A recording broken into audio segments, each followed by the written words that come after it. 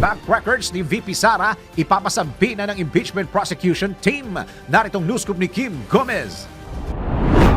Planong ipasabina ng impeachment prosecution team ang bank records ni Vice President Sara Duterte sakaling magsimula na ang paglilitis sa Senado bilang impeachment court. Ito ay bilang bahagi ng pagkapalakas sa kaso laban sa Vice Presidente kapag nag-convene na ang Senado. Ayon kay Manila Representative Joel Chua, isa sa mga miyembro ng 11-man prosecution team, inaaral na nila ang legal options upang makuha ang financial records na maaaring may kaugnayan sa mga partikular na articles of impeachment laban kay VP Duterte. Binigyan diin ng mambabatas na handa silang magpresenta ng mga ebidensya sakaling simulan na ang impeachment trial. Iginit ni Kong Chua na hindi magiging hadlang sa trabaho ang pagkaka-adjourn ng Kongreso para pagtibayin ang mga kaso laban sa pangalawang Pangulo. Samantala, plano rin ng House Prosecutors na makipag-ugnayan sa Anti-Money Laundering Council at Commission on Audit upang masuri ang financial transactions na may uugnay sa umano'y irregularidad sa pondo ng bayan. At yan ang news scoop. Kim Gomez, nagbabalita ng tama, naglilingkod